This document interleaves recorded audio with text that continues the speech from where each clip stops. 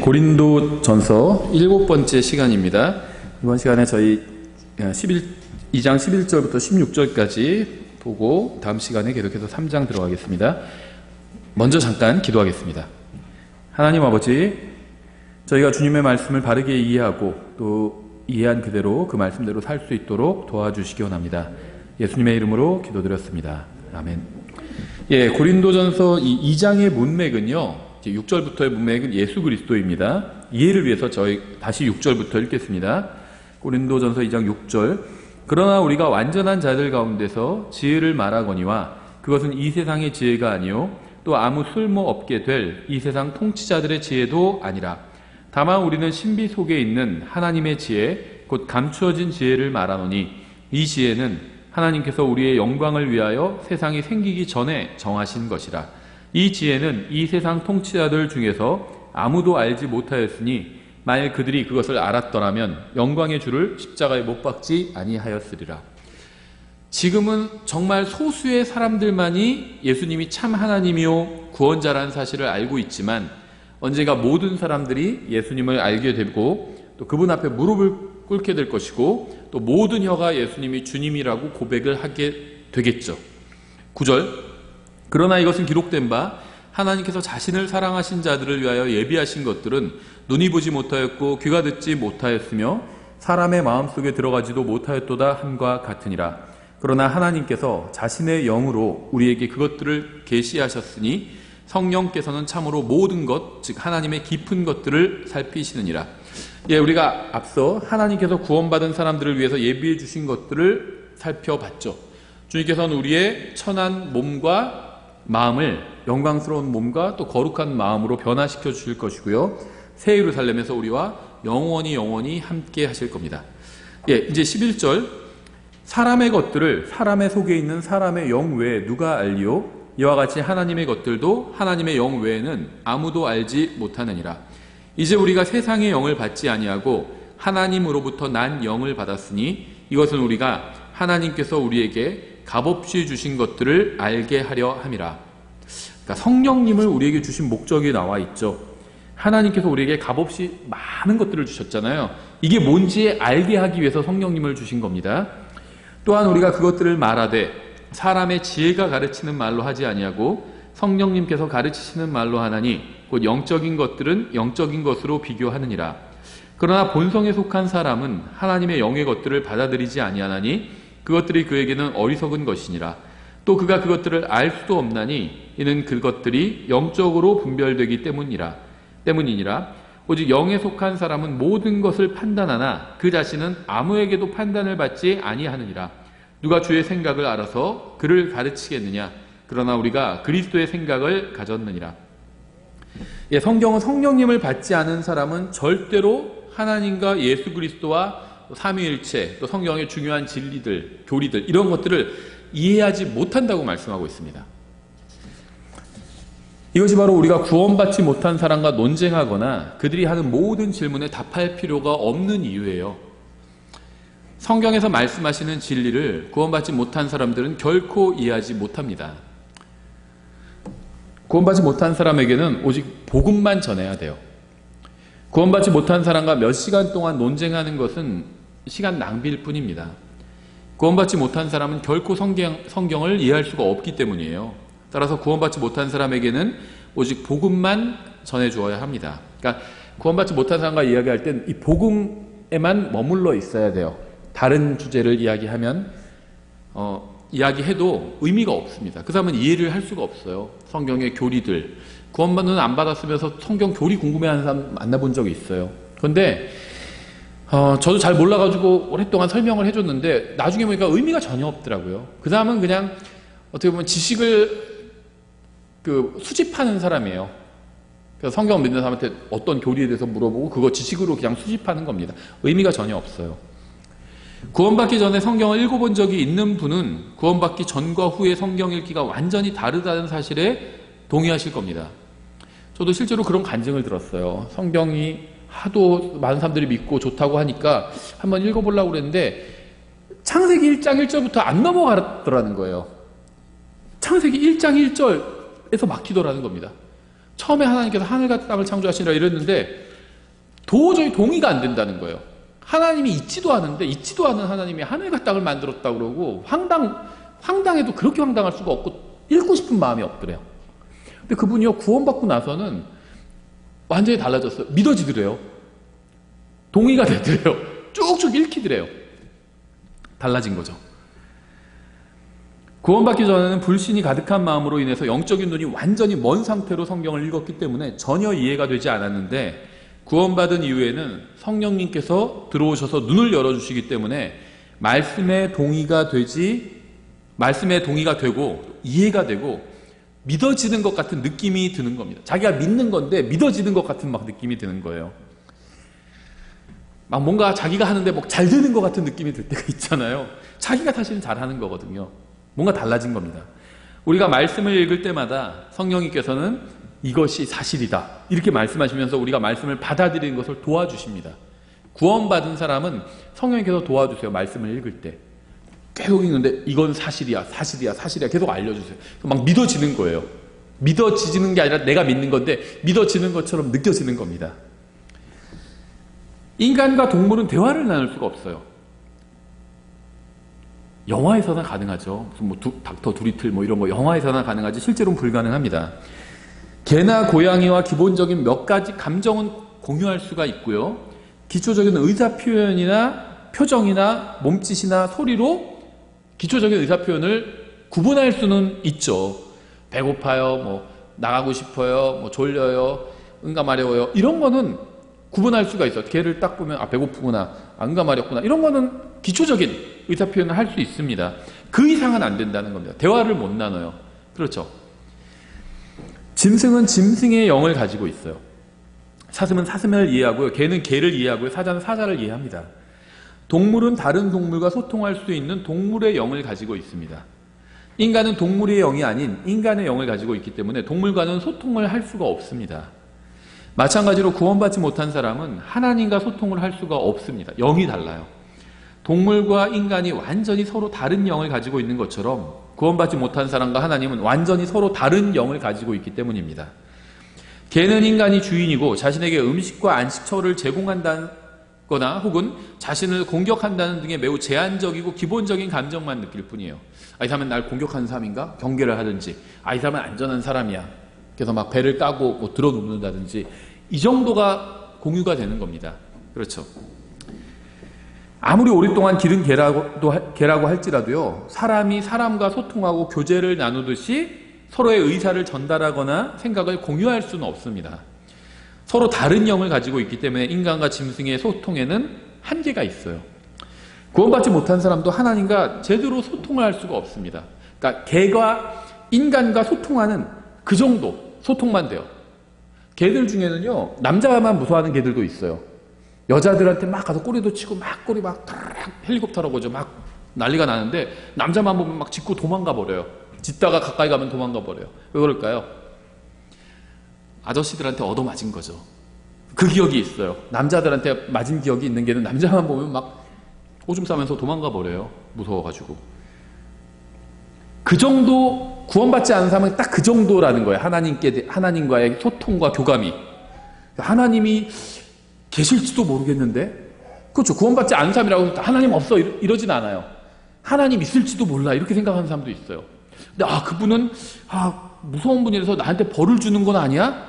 이렇게 생각할 수도 있고, 아니면 막연히 그냥 나를 지옥에 안 보내시지는 않을까? 이 정도 아주 막연히. 우리는 하나님에 대해서도 구체적으로 알고 있잖아요. 근데 구원받지 않은 사람들은 하나님을 대부분 모르고 안다고 해도 막연해요. 사람들 막 지옥에 보내는 잔인한 분 아니야? 아니면 그래도 나 정도면 지옥에 보내지 않겠지 이렇게. 마치 개가 사람을 보고 저 사람은 치마를 입고 여자하고 부드러워 보이니까 나를 때리지 않겠지. 저 아저씨는 손에 막대기 들고 오는 거 보니까 나 또 때릴 것 같아. 사람에 대해서 이 정도만 아는 정도와 비슷하다는 겁니다. 따라서 우리가 죄와 죽음과 지옥과 하늘나라와 대속과 같은 내용을 담고 있는 복음의 말씀을 전하면 구원받지 못한 사람도 어느 정도는 이해할 수가 있다는 겁니다. 그 정도 선에서는. 그 이상은 이해를 못해요. 성경은 구원받지 못한 사람이 복음을 받아들이는 것을 보다 쉽게 이해하게 하기 위해서 믿는 것을 보는 것이나 마시는 것이나 먹는 것이나 이름을 부르는 것으로 설명하고 있습니다. 근데 이것도 또 이해하지 못하는 사람들도 있죠. 예수님을 먹고 예수님을 마셔야 구원받는다 보니까 그거 어떻게 하지? 그럼 과자를 만들어서 그냥 이게 예수님이라고 하자. 그래서 이거 과자를 먹을 때마다 예수님을 마시는 거다. 포도주를 이걸 그냥 예수님의 피라고 하자. 엉뚱하게 그러고 있는 거예요. 그렇죠? 예수님 이름 불러야 되니까 오 주 예수요, 오 주 예수요 막 앉아서 1시간 동안 그렇게만 하면 구원받는다고 그런 사람들이 있어요. 그 어떤 분이 어디 초청을 받아서 갔더니 그런 분들이 모인데인데 삥 둘러 앉아가지고 오 예수요 1시간 동안 하고 있대요. 그 중에서 어떤 분은 스님이래요. 스님인데 오 예수요 그러고 있대요. 그럼 구원받는다고 하니까 그렇게 한 거예요. 스님이 한번 해본 거예요. 3000배 하듯이. 그런다고 구원받나요? 구원이 그만큼 쉽다고 설명을 해준 거예요. 그렇죠? 믿음이 뭐냐 이런 거 갖고 사람들이 싸우니까 믿고는 싶은데 잘 안 믿어져요. 제가 믿는 게 맞나요? 막 이런 분들이 있거든요. 믿음을 어렵게 생각하니까 믿음이 얼마나 쉬운 건지 예를 들어주고 있는 거예요. 믿음은 얼마나 쉽냐? 장대를 바라보는 것만 그렇게 쉽다. 그게 믿는 거다. 얼마나 쉽냐? 밥 먹지 않냐? 너 매일 밥 먹지. 오늘도 밥 먹고 왔지. 밥 먹는 것처럼 쉬워. 너 물 마시지. 물 마시는 것처럼 쉬워. 내 이름 불러봐. 우진아. 그래 그렇게 쉬워. 이름 부르는 것처럼 쉬워. 예수님 날 구원해 주십시오. 이렇게 부르면 돼. 전 죄인입니다. 저를 구원해 주십시오. 예수님이 십자가 대속을 믿습니다. 저를 구원해 주십시오. 이렇게 불러. 그냥 이렇게 얘기하듯이 얘기해. 그러면 구원 받는 거야. 이렇게 구원이 쉽다는 걸 설명하기 위해서 이렇게 얘기하고 있는 거죠. 구원받지 않은 사람, 영이 다른 사람, 하나님과 영이 완전히 다른 인간의 타락한 그 영을 가지고 있는 사람에게 구원을 쉽게 설명하기 위해서 성경이 구원에 대해서는 이렇게 아주 쉽게 예를 들고 있어요. 다른 교리에 대해서는요 이렇게 친절하지 않아요. 어떤 것들은 그냥 뭘 하라 마라 이렇게 얘기하고 있고 어떤 거는 설명을 또 하다가 만 것처럼 보일 때도 있고요. 어떤 거 설명 다 안 해줄 때도 있어요. 영적인 세계에 대해서 설명 다 안 해줘요. 구원에 대해서는 굉장히 쉽게 친절하게 설명해주고 있어요. 이렇게 안 하면 이해를 못하니까. 이렇게 구원받지 못한 사람은 복음에 관한 것은 이해하고 받아들일 수 있지만 그리스도의 몸이나 교회나 삼위일체나 예수님의 초림이나 재림이나 휴거나 왕국에 관한 것은 잘 이해하지 못합니다. 마치 개나 돼지가 성경을 이해하지 못하는 것처럼 구원받지 못하는 사람은 성경을 이해하지 못해요. 이건 너무한 비유가 아니에요. 성경에서 구원받지 못한 남자를 개라고 그랬고 구원받지 못한 여자를 돼지라고 부르고 있거든요. 구원받지 못한 사람에게 성경을 가르치는 것은 시간 낭비입니다. 구원받지 못한 사람에게는요 복음을 전하고 구원받은 사람에게 성경을 가르쳐야 돼요. 성경에서 티칭과 프리칭이 있어요. 티칭은 성경을 가르치는 거고 프리칭은 복음을 선포하는 겁니다. 구원받지 않은 사람들에게는 프리칭을 하는 거예요. 복음을 선포하는 거. 프리칭이란 단어 다 찾아보세요. 다 복음 선포예요. 우리 목사님 설교하는 걸 프리칭이라고 하는데 사실 성경은 그렇지 않아요. 성경에서 프리칭 보면 다 복음 선포입니다. 믿는 사람들 모아놓고는 티칭을 했어요. 성경을 가르쳤습니다. 이게 바로 구원받지 못한 세상 사람들도 좋아하는 유명한 목사들이 성경을 가르치지 않고 인문학이나 철학 강의를 하는 이유예요. 인터넷에서 보면 조회수 높은 목사 설교나 아니면 목사가 무슨 와서 이렇게 그 기독교 방송이나 이런 거에서 대담하는 프로 같은 거 10분짜리 이렇게 편집한 게 올라오면 저도 가끔 봅니다. 도대체 무슨 말을 해서 저렇게 조회수가 높고 인기가 많은지 나도 좀 배워보려고 들어보는데요. 수온전 이상한 말만 해요. 성경은 가르치지 않아요. 인문학, 철학 강의 이런 거 얘기해요. 인본주의에 관한 인본주의가 바탕이 된 막 그런 얘기들 합니다. 비성경적인 얘기들. 구원에 대해서 제목은 구원 어쩌고저쩌고 해서 구원을 확인하는 방법. 그래서 흥미있어서 과연 이분들 어떻게 가르치나 다른 일반 교회에서 들어보면요 엉뚱한 얘기하고 있어요. 구원에 관한 게 나오지도 않아요.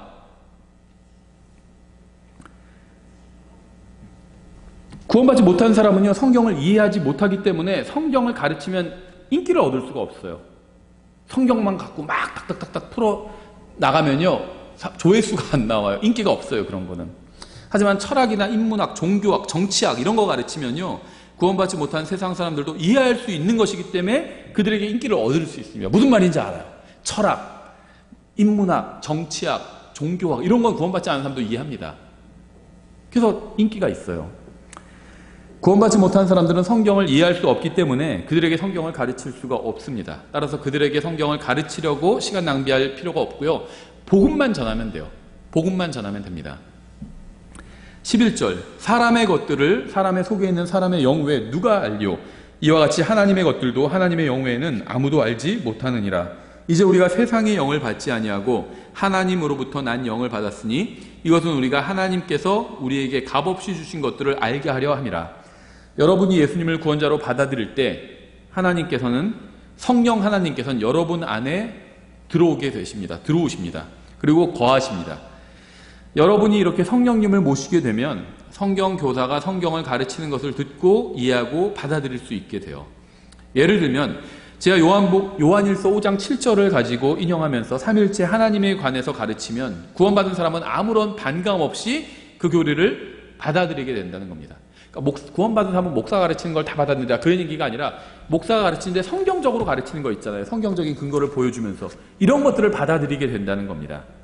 왜냐하면 내주하시는 성령님께서 그것이 사실이라고 알려주시기 때문이에요. 아담의 범죄 이후로 구원받지 못한 사람의 마음에는 깊은 어둠이 깔리게 되었습니다. 영적인 깊은 어둠이. 구원받지 못한 사람은 영적으로 눈이 완전히 멀었기 때문에 하나님의 말씀에 기록된 영적인 것들을 전혀 이해하지 못하고 도리어 어리석은 것으로 여깁니다. 하지만 성령님께서 들어오셔서 빛을 비춰주시면 진리를 보게 되고요. 이해하게 되고요. 사랑하게 돼요. 진리를 사랑하게 됩니다. 이러한 사실을 이해하면 이단이나 사이비가 왜 성경을 엉망진창으로 해석하는지 알 수 있습니다. 우리도 위에 있죠. 신천지가. 가끔 오고 가면서 만나요. 또 저한테 인사는 잘합니다. 그런데 참 답답해요. 그 사람들 뭘 가르치는지 알잖아요. 계시록에 이만희가 나온다고 그래요. 모르겠어요. 제가 봤을 때는 큰인왕자 심판석 앞에 선 그런 걸로 나올지 몰라도 계시록에서는 이만희가 하나님이라고 말씀한다고 그렇게 주장해요. 왜 그렇게 해석하는 걸까요? 어디 그런 게 나와요? 개혁 성경이건 킹제임 성경이 뭐 어느 성경이건 카톨릭 성경이건 어느 성경을 봐도 그런 건 안 나오고 자기네 신천지 성경 봐도 그런 건 안 나와요. 신천지에서도 개혁 성경 쓰잖아요. 개혁 개정판. 거기도 그런 건 안 나와요. 근데 해석하면 그렇게 된대요. 왜 그렇게 될까요? 예수님을 유일한 구원자로 받아들여야 성령님께서 들어오시고 성령님께서 들어오셔야 성경을 제대로 이해할 수 있습니다. 성령님의 도움 없이는 결코 성경을 이해할 수가 없어요. 엉터리 해석을 하게 되는 겁니다. 이단들처럼. 이단들은 막 엉터리 해석이에요. 완전히 엉터리. 성경이 명백하게 얘기하는 것도 엉터리로 해석해버립니다. 믿지 않는 사람들에게 성경 교리를 가르치는 것은 불가능한 일이에요. 그래서 저도 이 신천지 분들 만날 때마다 고민이 있어요. 복음을 전해야 되나 말아야 되나. 근데 왜 고민을 하냐면 밖에서 만났다면 그냥 복음 전했을 것 같아요. 전도지 주고. 근데 여기서는 이제 아시는 것처럼 이 사람들은 다른 이단, 예를 들면 여호와의 증인이랑은 또 달라. 여호와의 증인이나 신천지나 똑같아요. 똑같이 구원받지 못했고 똑같이 행위구원 가르치고 똑같이 카톨릭 성경 사용합니다. 똑같은 사람들이에요. 근데 여호와의 증인들은 지금 대부분의 여호와의 증인들은 속임수를 쓰진 않아요. 그렇죠. 정직하게 살려고 노력을 합니다. 신천지는 근데 그러지 않아요. 속임수를 씁니다. 거짓말로 사람을 막 데려오고요. 연극을 하고 그런 식으로 합니다. 그래서 그 사람들과 결부돼서 그 사람들이 두렵지는 않아요. 상대하는 게 무섭지도 않아요. 그 사람들은 그냥 구원받지 못한 사람일 뿐이에요. 신천지 교리 몰라도 상대할 수 있어요. 복음만 전하면 됩니다. 그 사람들 거부하거든요. 물론 받아들이는 척하고 쇼를 하겠죠. 그래서 이제 그렇게 엮일까봐 고민이 돼서 이제 대화를 가능하면 나누진 않는데, 마음은 무거워요. 불쌍하고. 지금도 열심히 매일 나와서 출근해요. 여러 명이. 그러면서 보니까 우편물이 아니라 인쇄물 같은 거 올리는데, 자기네가 만든 신문이죠. 신천지 신문. 일면 톱 기사가, 최근호 일면 톱 기사가 뭔지 아세요? 많은 목회자들이 신천지식 계시록 강해에 뭐 열광, 뭐 이런 식이에요. 누가 그렇게 열광하는지 모르겠지만 불쌍하더라고요. 왜 그런데 해서 인생 낭비하고 재산 이단들이요. 이단 사이비가 괜히 사악한 게 아니에요. 저는 불교나 이런 것보다 훨씬 더 사악하다고 생각합니다. 이 사이비들이. 왜냐면요. 불교를 믿는다고 해서 물론 죽으면 지옥에 가죠. 근데 이단과 사이비들을 믿어도 죽으면 지옥에 가죠. 똑같죠. 그거는 동점이에요. 근데 불교를 믿는다고 해서 인생이 다 털리지는 않아요. 그렇죠. 근데 사이비를 믿으면 인생이 완전히 털려요. 재산 다 갖다 바치게 만들거든요. 자기네 와서 열심히 노력해야 구원받을 수 있다고 그래요. 구원을 위해서 그 정도도 못 줘? 그깟 재산 하나 못 줘? 이렇게 합니다. 그러니까 재산 다 갖다 바치게 만들어요. 그래서 인생이 나오고 나서 그게 잘못됐다는 걸 깨닫고 나오고 나서도 인생이 완전히 피폐해져요.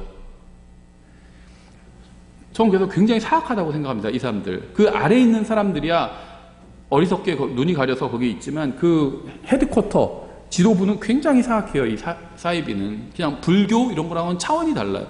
보통 불교는 그렇지 않거든요. 사람을 그렇게 인생을 탈탈탈탈 털어서 그렇게는 안 하잖아요. 사이비는 그렇게 한다는 거죠. 예. 믿지 않는 사람들에게 성경 교리를 가르치는 것은 불가능합니다. 성령님께서만 하실 수 있어요. 그래서 믿지 않는 사람들에게는요, 그냥 복음을 전하기만 하면, 다른 얘기 할 필요가 없어요. 논쟁할 필요도 없습니다. 교리 논쟁할 필요가 없어요. 복음만 전하면 됩니다. 죽으면 어디 가는지 아세요? 예수님을 구원자로 받아들이지 않으면 지옥에 가게 됩니다. 이런 복음만 전하면 돼요. 딴 얘기는 할 필요가 없어요. 13절 또한 우리가 그것들을 말하되 사람의 지혜가 가르치는 말로 하지 아니하고 성령님께서 가르치시는 말로 하나니 곧 영적인 것들은 영적인 것으로 비교하느니라. 전에도요 신천지 여러 번 만났었어요. 저기 우리 그 신세계 앞에서 복음 전할 때도요 말로는 별 얘기. 저는 이 사람들 사악한 이단이라고 생각하고 어둠 가운데 있다고 생각해요. 저는 그렇게 말해요. 그 사람들한테 어둠 가운데 있다고. 거기서는 신천지도 복음 와서 막 전달지 나누고 저쪽에서 여와의증인도 나누거든요. 그럼 신천지는 여와의증인 되기 싫어하고 여와의증인 신천지 되기 싫어요. 서로 싫어. 우리가 싫어하는 것만큼 그렇게 싫어해요. 서로가. 저기 여와의증인 보이시죠? 똑같아요. 그렇게 얘기하면 예 무슨 얘기예요? 그래요. 똑같이 행위권 가르치잖아요. 똑같이 카톨릭 성경 쓰잖아요. 똑같아요. 그렇게 얘기해요. 그럼 되게 싫어하거든요. 전 그냥 내가 그렇게 믿는 그대로 얘기했는데 신천지는 그렇게 얘기해요. 저랑 그렇게 말싸움하는 그 아주머니가 있는데 그쪽 뭐 지부장 같은 거래요.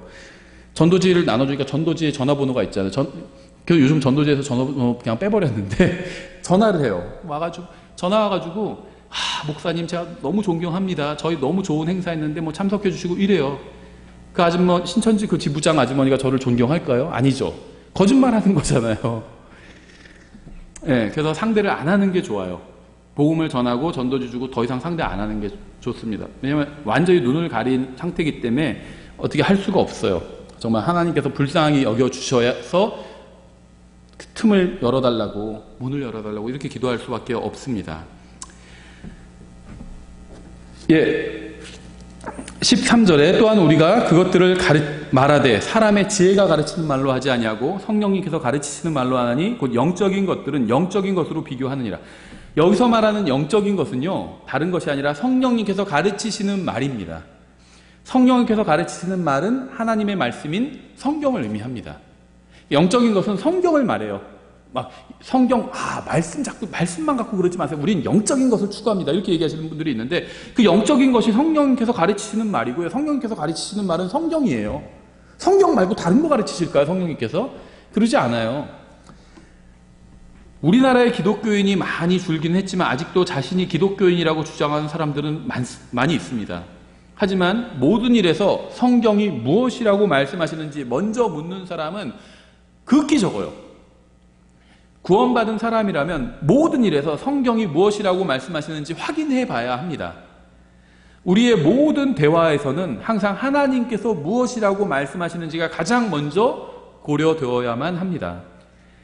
백신이나 전염병에 관해 논쟁하기 전에 먼저 성경이 죽음에 대해서 무엇이라고 말씀하시는지, 생명에 대해서 무엇이라고 말씀하시는지, 전염병에 관해서 무엇이라고 말씀하시는지 찾아봐야 합니다.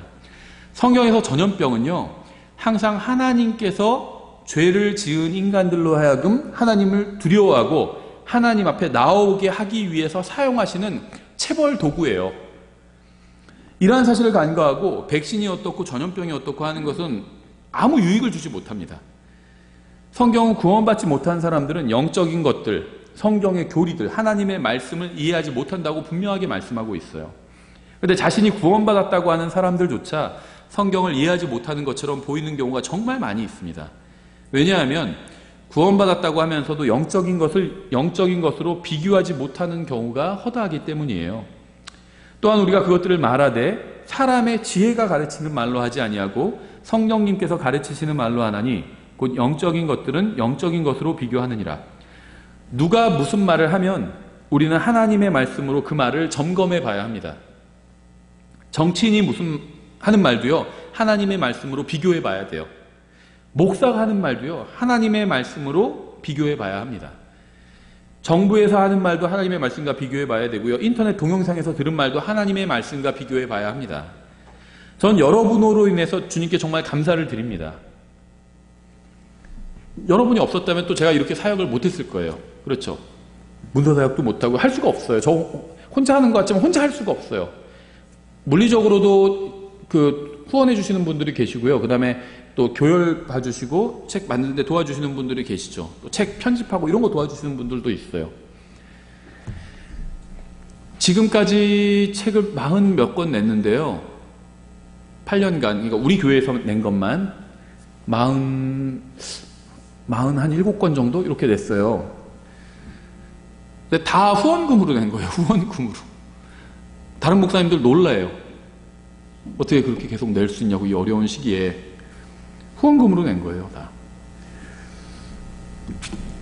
여태까지 책을 내는데 제가 원고를 늦게 만들어서 늦게 나온 적은 있어도 돈이 없어서 못 나온 적은 없어요. 그러니까 항상 내가 다 원고를 만들어 놓고 돈이 없으면 하나님께 하나님 보십시오 이렇게 다 했는데 돈이 없어서 출간을 못합니다 이렇게 부르짖고 싶은데 하나님께서 보내주세요, 항상. 근데 제가 지금 교열이 늦어지고 있는 거예요. 돈을 보내주시는데. 그러니까 만약에 정말 이제 제가 바른 책을 출간한다는 전제 아래 다 책을 만들어 놓고 했는데 돈이 없어서 인쇄를 못하면 저는 신실한 건데 돈이 없는데도 열심히 일한 거니까 하나님이 신실하지 못하신 거죠. 근데 그런 일이 일어나지 않는다는 겁니다. 인쇄할 돈은 있어요. 근데 제가 아직 원고를 마치질 못한 거예요. 그러니까 하나님은 신실하신데 제가 신실하지 못한 거죠. 예.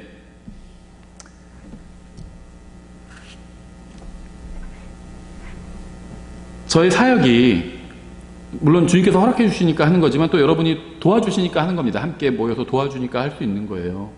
하지만 그래서 저는 여러분께 굉장히 하나님께 감사하고 또 여러분에게도 감사를 합니다. 성도가 없으면은 목사가 무슨 소용이 있어요?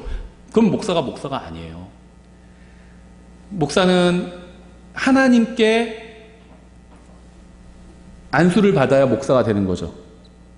사람한테 안수받아도 될 수 있겠지만 그것도 필요하겠죠. 전 사람이 안수하는 게 불필요하다 이런 얘기를 하는 거 아닙니다. 성경에 안수가 나오잖아요. 사람이 안수하는 게. 그런데 하나님께 안수받지 않았는데 사람에게만 안수받는 건 의미가 없습니다. 하나님께 안수받으면 사람들이 알아봐요. 아, 저 사람은 목회자로 부르심을 받았다. 그럼 사람들이 이제 그러니까 하나님의 안수에 능력이 있어요. 사람의 안수에 능력이 없습니다. 그럼 사람의 안수 왜 하냐? 하나님께서 하신 일을 인정하는 작업을 하는 겁니다. 침례도 똑같아요. 하나님께서 주시는 침례가 있죠. 그게 뭐죠? 성령 침례예요. 사람이 주는 침례가 있죠. 물 침례죠. 능력은 어디에 있죠? 성령 침례에 있어요. 그러면 우리 물 침례 왜 주죠? 이 사람은 성령 침례 받았다. 그거를 사람들에게 보여주는 게 물 침례예요. 물 침례도 필요합니다. 하지만 본질적인 건 성령 침례예요. 사람이 안수하는 것도 필요합니다. 그런데 본질적인 건 하나님께서 안수하시는 겁니다. 스펄전 같은 사람은요, 사람에게 안수를 못 받았어요. 누구도 스펄전, 신학교도 못 나왔죠. 사람에게 안수도 못 받았어요. 누구도 스펄전을 가짜 목사라고 하는 사람은 없죠. 스펄전이 가짜 목사면 뭐 진짜 목사가 몇 명이나 있겠어요. 다 가짜 목사지. 하나님께 안수를 받았기 때문에 사람들은 다 인정하는 겁니다. 사람에게 안수를 못 받아도. 그렇죠. 그래서 하나님께 전 감사드리고요. 여러분에게도 감사를 드립니다. 하지만 여러분이 하는 말이 성경이 말씀하시는 것과 다르면 아무 고민 없이 여러분의 말을 무시하고 하나님의 말씀을 붙들 겁니다. 저는. 여러분이 어떻게 느끼는지 무슨 생각을 하는지보다 성경이 무엇이라고 말씀하시는지가 저에게는 훨씬 더 중요해요. 왜냐하면 여러분과 저는 틀릴 수 있지만 하나님은 결코 틀릴 수 없기 때문입니다. 우리는 모든 것을 다 알고 이해하는 것은 아니지만 하나님은 모든 것을 다 아시고 이해하시기 때문이에요. 여러분은 성경에 더 많은 시간을 할애해야 되고요. 동영상은 더 적게 봐야 됩니다. 여러분은 하나님의 말씀을 더 많이 들어야 되고 이 세상 전문가가 하는 말은 더 적게 들어야 합니다. 그래서 여러분의 생각이나 의견은 줄어들어야 되고요. 하나님의 말씀이 여러분의 마음에 넘쳐야 합니다. 또한 우리가 그것들을 말하되 사람의 지혜가 가르치는 말로 하지 아니하고 성령님께서 가르치시는 말로 하나니 곧 영적인 것들은 영적인 것으로 비교하느니라. 성령님께서 지으신 책은 성경밖에 없어요. 성경만이 저자 하나님, 하나님 지음 이렇게 할 수 있는 유일한 책입니다. 그렇죠. 사람은 기록자예요. 저자는 하나님입니다. 만약 어떤 책이라도 성경과 일치하지 않는다면 그 책은 잘못된 것이고 성경이 옳은 겁니다. 저도 책을 많이 지금 출간해내지만요. 제가 출간해낸 책 중에, 제가 작업해서 출간해낸 책 중에 성경과 반대되는 다른 것이 있다면 그럼 제 책이 잘못된 거예요. 성경이 옳은 것입니다. 만약 어떤 전문가가 하는 말이 성경과 일치하지 않는다면 그 전문가가 틀린 것이고 성경이 옳은 겁니다. 목사든 신학자든 신부든 교주든 교황이든 성경과 다른 말을 한다면 그 사람이 틀린 것이고 성경이 옳은 겁니다. 14절. 그러나 본성에 속한 사람이 내추럴맨이죠. 예전 성경에서는 자연인이라고 번역했습니다. 자연 그대로의 사람, 아담이 타락한 이후에 그대로의 사람, 아담의 본성을 가지고 있는 사람, 이런 의미예요. 그러나 본성에 속한 사람은 하나님의 영의 것들을 받아들이지 아니하나니 그것들이 그에게는 어리석은 것이니라. 또 그가 그것들을 알 수도 없나니 이는 그것들이 영적으로 분별되기 때문이니라. 성경은 본성에 속한 사람, 즉 구원받지 못한 사람에 관해서 무엇이라고 말씀하고 있을까요?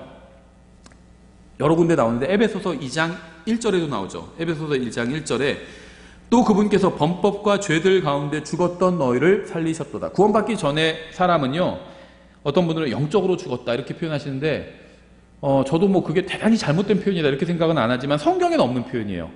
성경은 영적으로 죽었다 이런 말은 안 나와요. 그렇다고 그런 말을 쓰면 안 된다 그런 말은 아닙니다. 그런 말이 편하긴 편해요. 많은 것을 의미하거든요.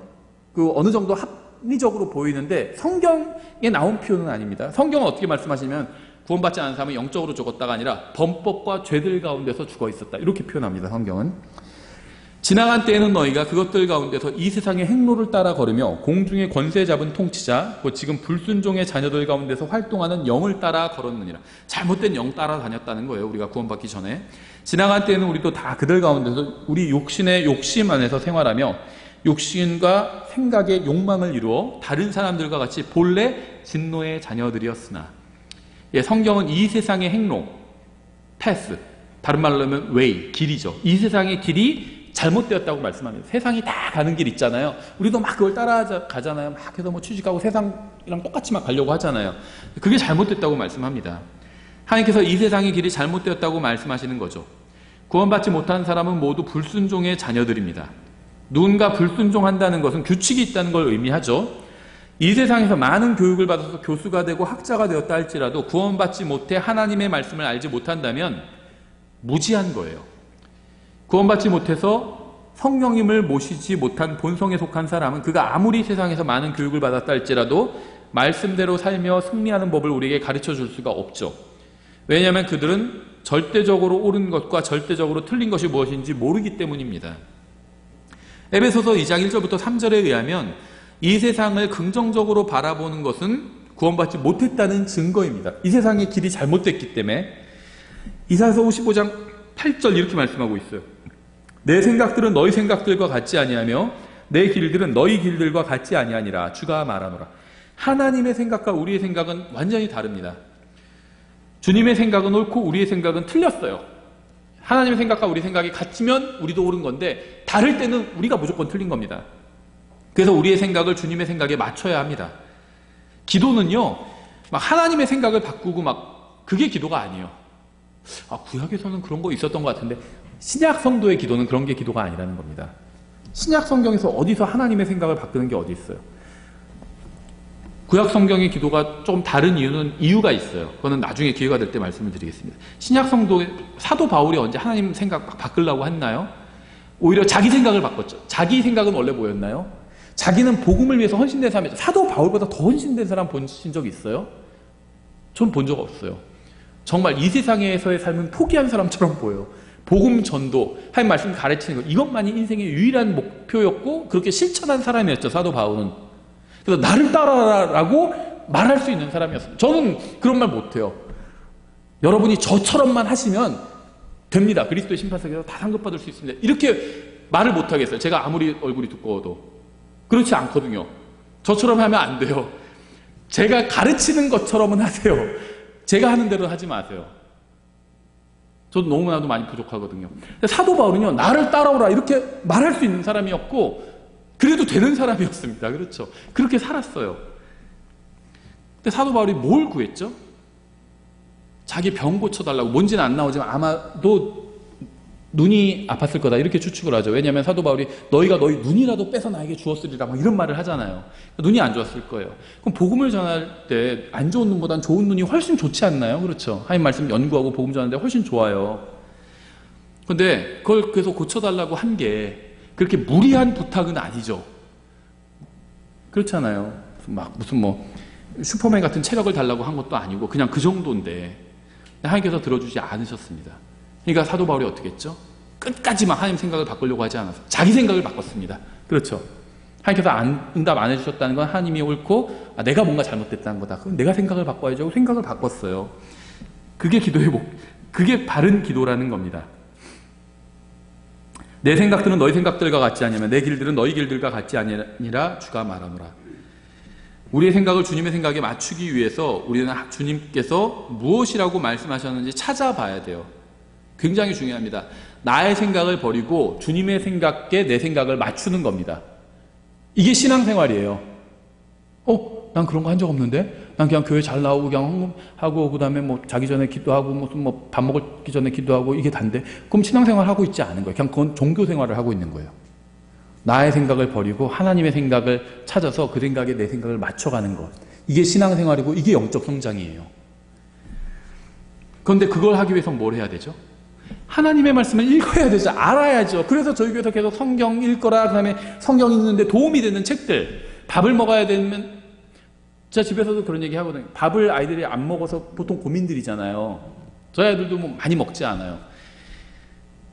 근데 밥을 잘 먹기 위해서 어떻게 해야 될까? 여러 가지가 있겠죠. 전 좋은 방법 중에 하나가 반찬이 맛있으면 된다. 그렇게 얘기하거든요. 반찬은 밥을 먹는데 도와주는 역할을 하잖아요. 그래서 신앙생활 내는 거예요. 저희가 내는 책들의 목적은 하나예요. 다른 거 없어요. 성경을 읽는데 도움이 되는 겁니다. 이 책들을 읽고 성경을 더 읽게 되고 성경을 더 많이 이해하게 되고 그게 목적이에요. 그건 저의 목적도 그거예요. 제가 존재하는 이유. 제가 왜 목사로 있어요?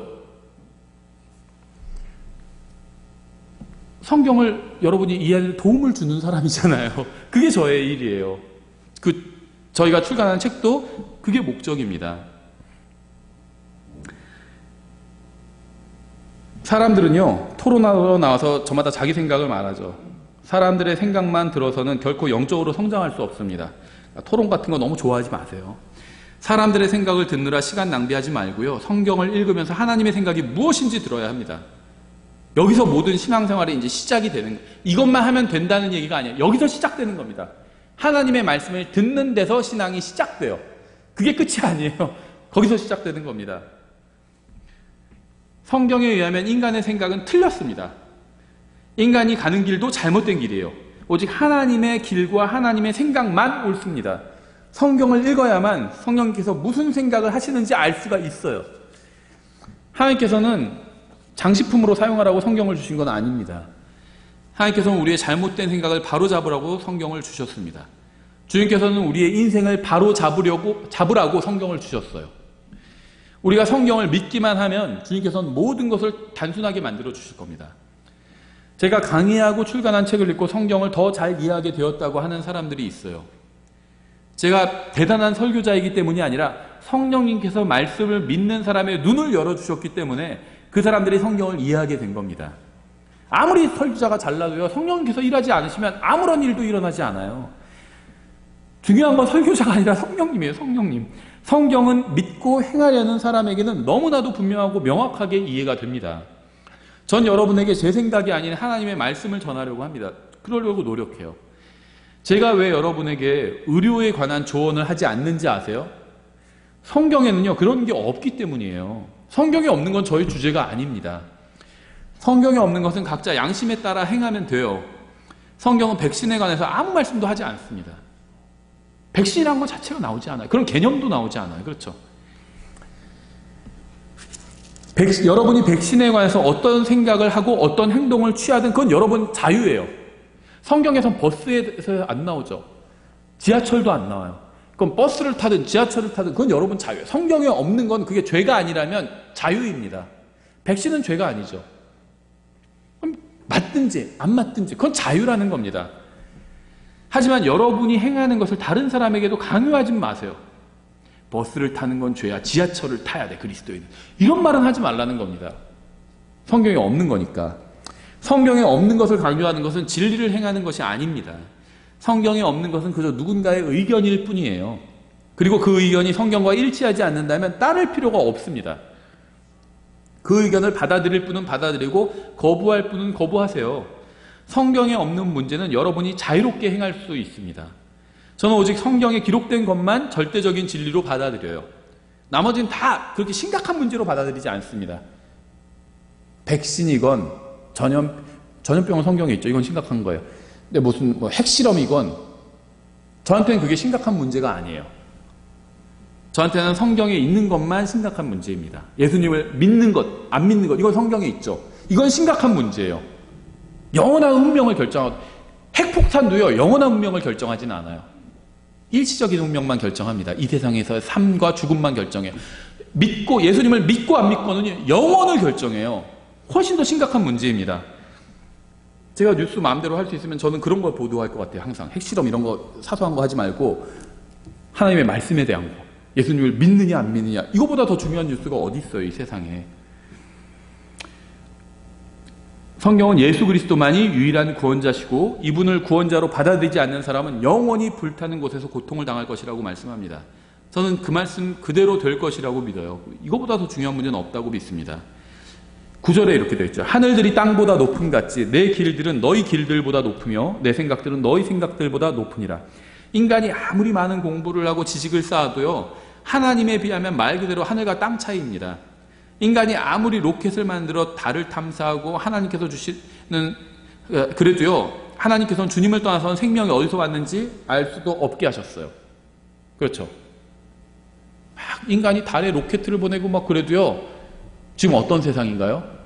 자기가 남자인지 여자인지도 모르는 세상이에요. 성 정체성 뭐 이런 거 자기는 찾고 있다. 그걸 뭘 찾아요? 보면 알지. 목욕탕에 가서 보면 알지 뭘 찾아요. 그런 것도 몰라요. 기본적인 것도. 뭔가 대단히 잘못된 거죠. 하나님의 말씀을 믿으면요, 8살짜리 아이도 생명의 기원을 알 수 있어요. 하나님 만드셨으니까. 닭이냐 달걀이냐 어려운 문제가 아니에요. 닭이에요. 하나님께서 닭을 만드신 겁니다. 그 달걀을 낳은 거죠. 뭐가 어려워요. 근데 하나님 없이는요, 다 어려워요. 미궁에 빠지게 됩니다. 우리의 생각이 성경과 일치하면 우리는 옳은 것이고요, 일치하지 않으면 우리는 틀린 것입니다. 우리가 무엇을 선택하느냐는 자유지만 성경과 다른 것을 선택한다면 그것은 우리 자신을 해치는 겁니다.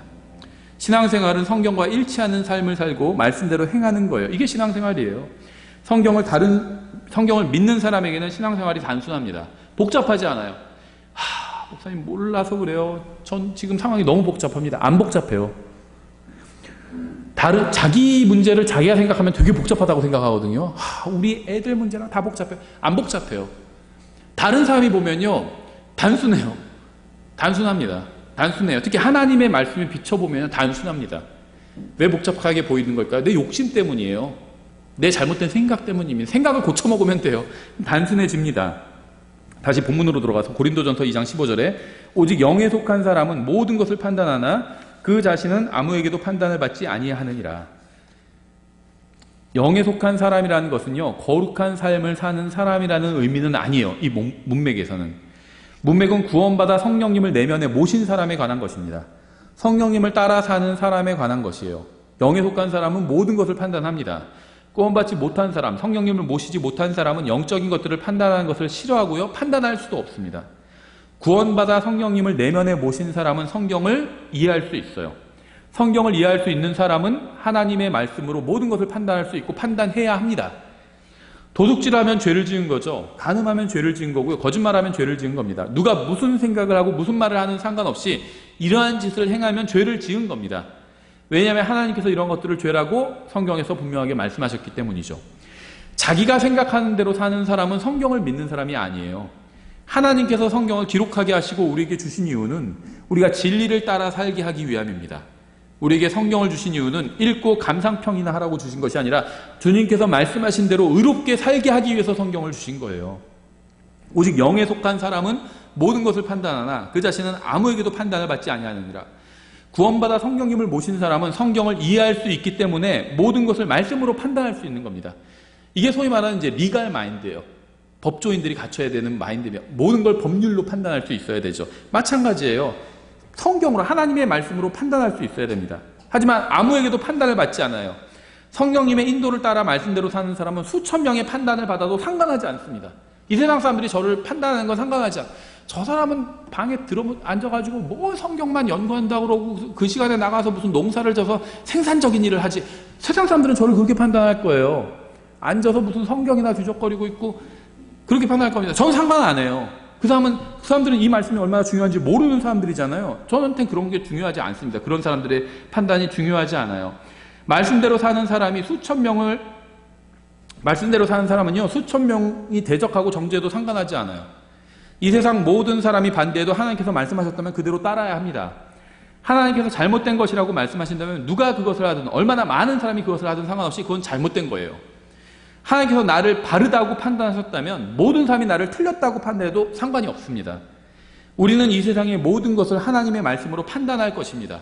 우리는 진리를 가지고 있기 때문에 무엇이든 판단할 수 있어요. 성경을 통해서. 그래서 성경을 알아야 합니다. 16절 누가 주의 생각을 알아서 그를 가르치겠느냐. 그러나 우리가 그리스도의 생각을 가졌느니라. 하나님께서는 가르쳐달라고 요청하신 적도 없는데 많은 사람들이 하나님을 가르치려고 들어요. 안타까운 사실은요, 구원받았다고 하는 사람들도 하나님을 가르치려고 든다고 한다는 겁니다. 구원받지 않은 사람들도 막 하나님 가르치려고 그래요. 하나님 아프리카에서 사람들 굶어 죽는데 그렇게 해서는 안 됩니다 막 이러잖아요. 하나님 가르치려고 하는 거고, 구원받지 않은 사람들, 구원받은 사람들도 하나님 왜 그렇게 하셨습니까? 지난번에 제가 그렇게 간절하게 기도했는데 왜 그때 응답하지 않으셨습니까? 하나님 그때 응답하셨어야 옳은 겁니다. 막 가르치려 드는 겁니다. 아이들 가르치는 이제 너 이렇게 하면 안 돼. 이렇게 했어야 됐어. 아이들한테 우리가 그렇게 가르치잖아요. 하나님께도 그렇게 가르치려고 해요, 우리가. 그때 제가 그걸 요청했는데 왜 긴급하게 바로 쏴주시지 않았습니까? 하나님을 가르치려고 들어요. 말씀대로 살지 않고 자기 생각대로 사는 사람도 자신이 하나님보다 더 현명하다고 생각하는 겁니다. 여러분이 어떻게 살아야 하는지에 관해 하나님께서 여러분에게 의견을 구하실까요?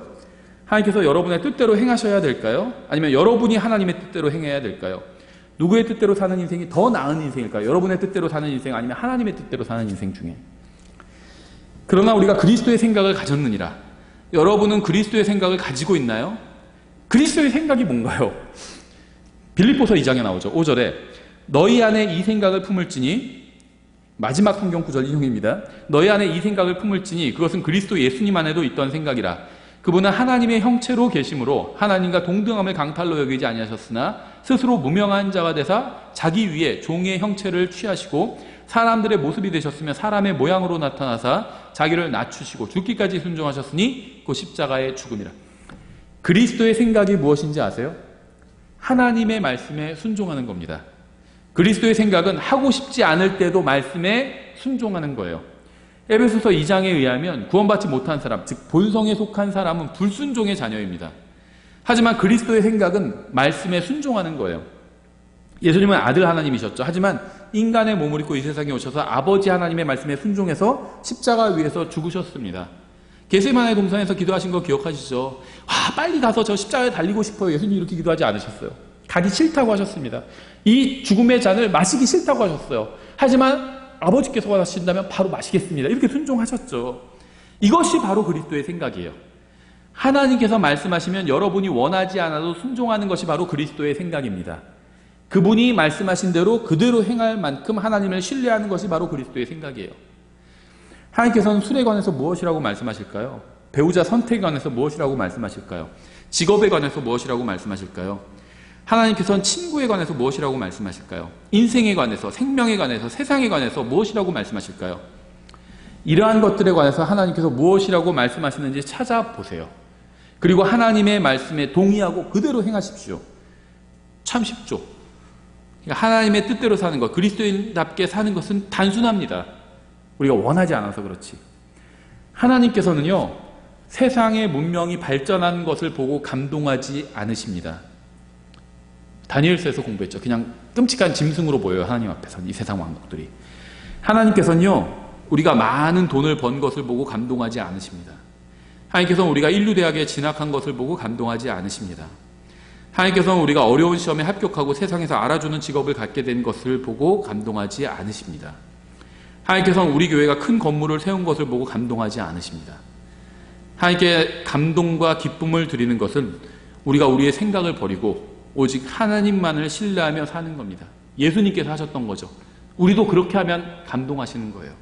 그리고 하나님만을 신뢰한다는 것은 말씀대로 사는 것을 통해서만 입증됩니다. 말로는 우리가 할 수 있어요. 난 하나님을 신뢰해. 말씀대로 살지 않으면 그건 거짓말인 겁니다. 말씀대로 사는 것을 통해서만 하나님을 신뢰하는 게 입증이 돼요. 여러분이 하나님의 말씀대로 사는 것, 하나님을 신뢰한다는 것을 입증하는 삶을 사시기 바랍니다. 기도하겠습니다. 하나님 아버지, 저희를 구원해 주셔서 감사합니다. 저희가 사람들의 생각에 휘둘리지 않도록 저희에게 진리의 말씀을 주셔서 감사합니다. 말씀을 통해 주님의 생각과 주님의 길을 알 수 있게 해주셔서 감사합니다. 저희가 주님의 말씀을 읽고 믿으려고 합니다. 저희의 눈을 열어주셔서 저희가 주님의 말씀을 바르게 이해할 수 있게 해주시기 원합니다. 예수님의 이름으로 기도드렸습니다. 아멘.